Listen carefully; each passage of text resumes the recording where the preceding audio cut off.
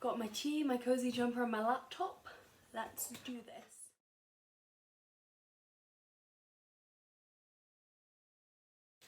Hello and welcome back to my channel. I'm Helen and today I'm going to be doing the end of year book tag.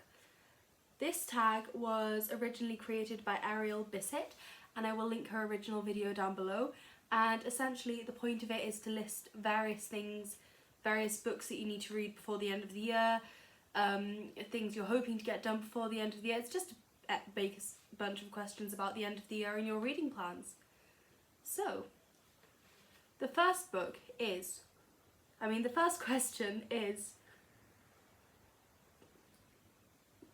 I needed a sip of tea to fortify myself. The first question is, are there any books you started this year that you need to finish? And my answer is, of course, yes. I have 3 books that I started earlier this year that I have yet to finish. The first is Queen of Air and Darkness by Cassandra Clare. This is the finale to the Dark Artifices series, and this series follows Julian and Emma, who are shadow hunters, and parabatai, which means they are bound together for life. However, in the first book, they sort of realise that they're in love with each other. And the story grows a lot throughout the next 2 books. And I started this one, which is the final one, and it's huge, back in May, I think, and got up to page 260 and just ended up putting this down. I would quite like to finish this before the end of the year. I'm not sure if I will, because as I've said before, it is absolutely huge. But I quite enjoyed the first 2, which were Lady Midnight and Lord of Shadows, and I want to see how the whole thing ends. I know a lot of people were very disappointed in the ending of this, so I'm not getting my hopes up too much. The next book I started but never finished is The Miseducation of Cameron Post by Emily M. Danforth. This is a story about a young girl called Cameron Post who is sent to conversion therapy or a conversion camp after her aunt discovers that she is attracted to a girl.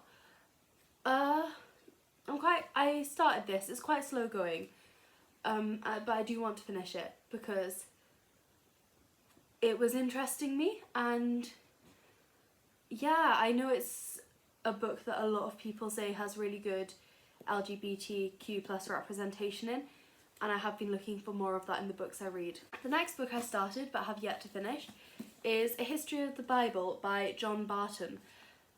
This is essentially what it says on the cover. It's a history of the Bible. It starts with the Old Testament and goes through what the Bible means to various faiths and groups of people, and I am not entirely sure why I haven't finished it. Well, I think it's because it's quite a difficult book to read. My plan is maybe to, in December, just put a week aside and just read nothing but this.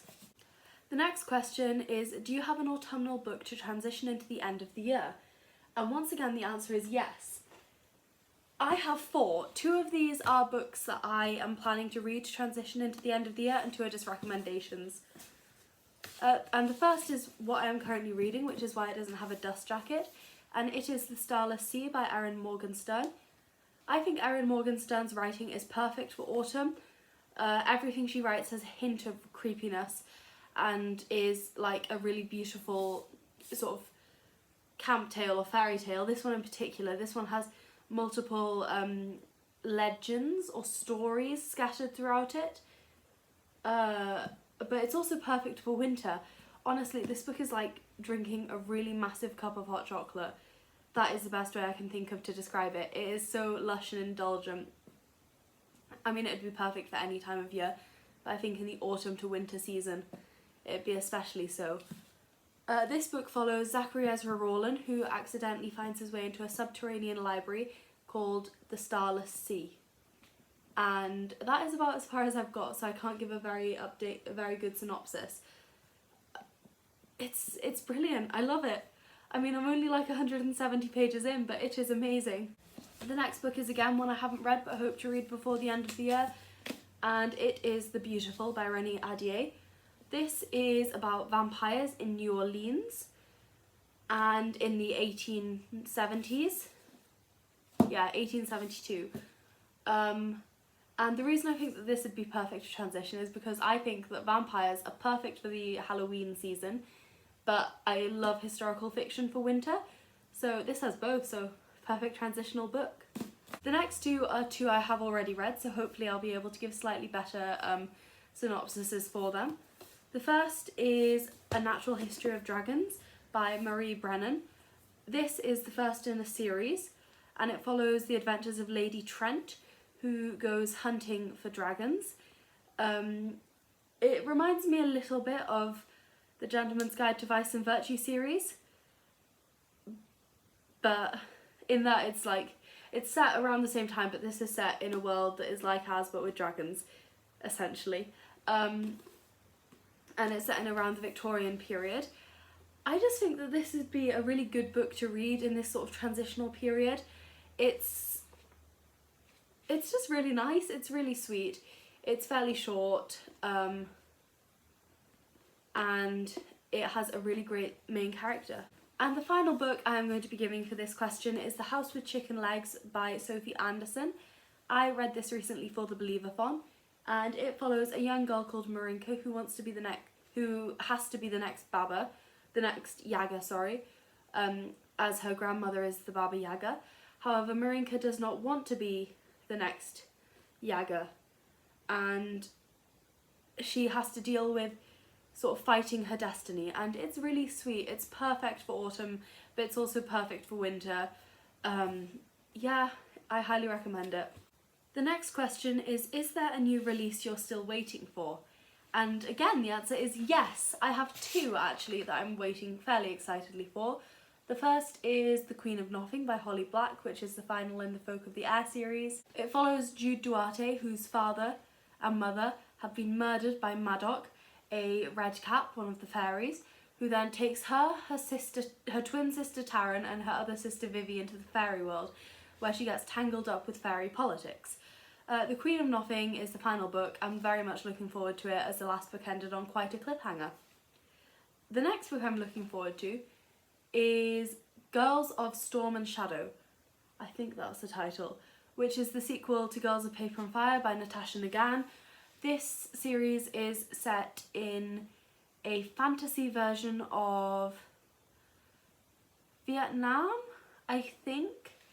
I'm sorry, I can't remember exactly, but essentially there is a caste system, and the main character, Lee, sorry, my brain has sort of just gone blank. The main character, Lee, is taken to be one of the paper girls to the Demon King. It's quite dark. There's trigger warnings in it for sexual assault. There's a list of trigger warnings at the front of the book. However, it also contains one of the sweetest female romances I've read recently, and I'm really looking forward to see where the story goes in the next book. Oh, actually, another new release I'm waiting for. Technically this has come out, I just haven't read it yet. Sorry, lights bouncing off my glasses. And that is Call Down the Hawk by Maggie Stiefvater, which is the beginning to a companion trilogy about Ronan, who was the main character in the Raven cycle. The next question is, what are 3 books you want to read before the end of the year? I have so many books and I want to read them all before the end of the year, but I hope that these are 3 that I will get done. And the first is Dark Dawn.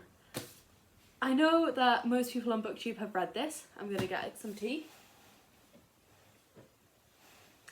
I know that most people on BookTube have read Dark Dawn and that I'm really behind the trend. But I'm kind of a bit scared to read it for 2 reasons. One is I know what is going to happen at the end of this book. We were told at the beginning of book 1, and I don't know if I want to see that happen. And the other reason is that I'm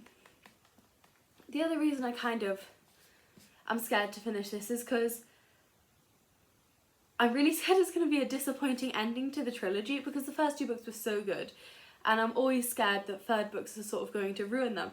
So like, it's the same with The Queen of Nothing. I'm so scared that that's going to be a really disappointing end to the Folk of the Air trilogy. So I just hope it's not. I hope it's a really good read. I'm planning to read this in December and maybe planning to read it for the Book Junkie Trials, the Bookie Trials.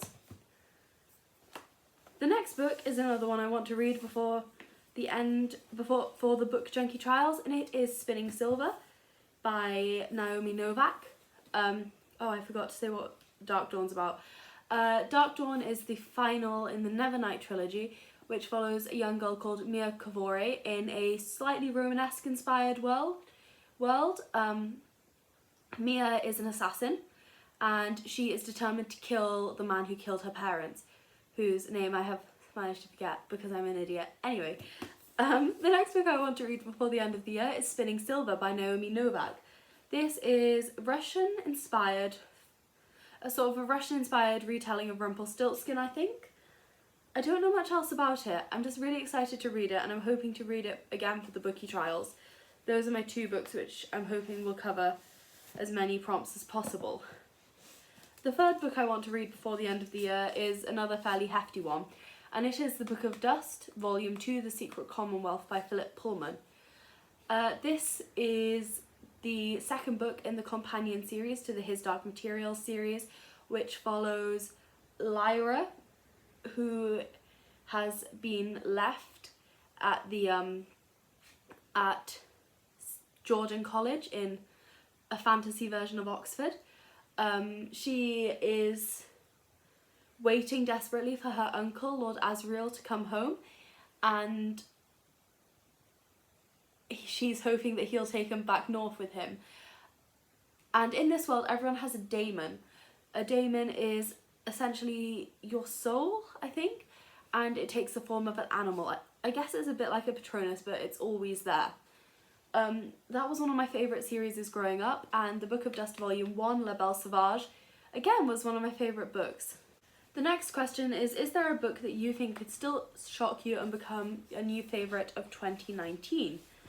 And again, the answer is yes. I have 3 for this as well, plus probably The Secret Commonwealth, that could shock me and become a favourite.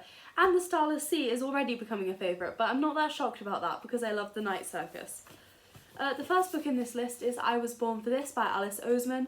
This is a standalone contemporary, and it's about a girl called Angel, yes, who's obsessed with the Ark, a pop band.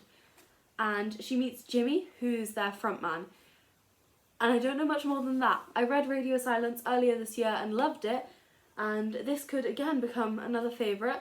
The only reason it would surprise me is because quite often contemporary doesn't become a favourite of mine. I don't know why, I don't find it that enjoyable, but I love Alice Oseman's writing. The next book in this little heap is Russia, an 1,000-Year Chronicle of the Wild East by Martin Sixsmith.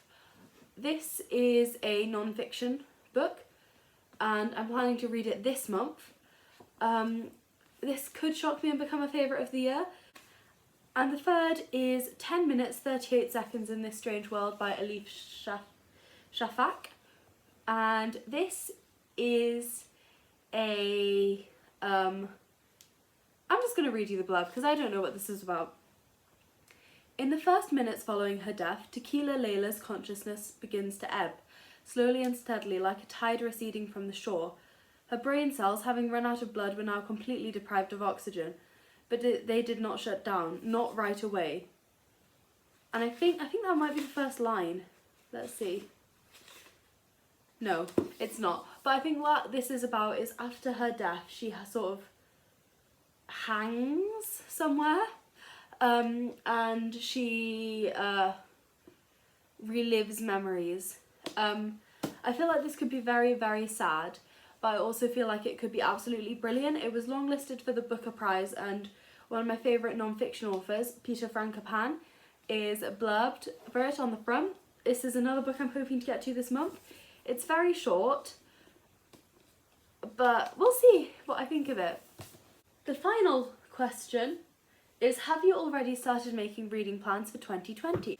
And yes, of course I have. I don't really have any concrete ones as of yet. My main concrete one is the week that King of Crows not King of Fools. The week that King of Crows by Libba Bray comes out, I am planning to read nothing but 1920s inspired books or books written in the 1920s. Yeah. I just want to do like a Roaring Twenties week. My other main plan is just to try and broaden my horizons more. So I plan next year to read a lot more plays and a lot more non-fiction, as I've really discovered how much I enjoy it this year. I'd also like to read, I'm not sure if this counts as a reading goal, but I really want to, by the end of next year, have read a children's book in Norwegian, as I'm learning Norwegian. So yeah, that is one of my reading goals for 2019 and 2020, and it's one of my plans. I can't believe we're actually near 2020. I can't believe I've got through another decade. Like, I've been alive for 2 decades now, and that just blows my mind. Like, I know it's not that long, but yeah, it does really surprise me. So I'm really looking forward to next year, and I cannot wait to see what it will bring. Thank you so much for watching this video. I hope you enjoyed it. If you have anything to say about any of these books, please leave it in the comments down below, as I'd be really interested to hear your thoughts. And also, if you enjoyed, please subscribe and hit the like button. I haven't managed to get a perfect outro yet. I'll see you in my next video. Thank you and goodbye.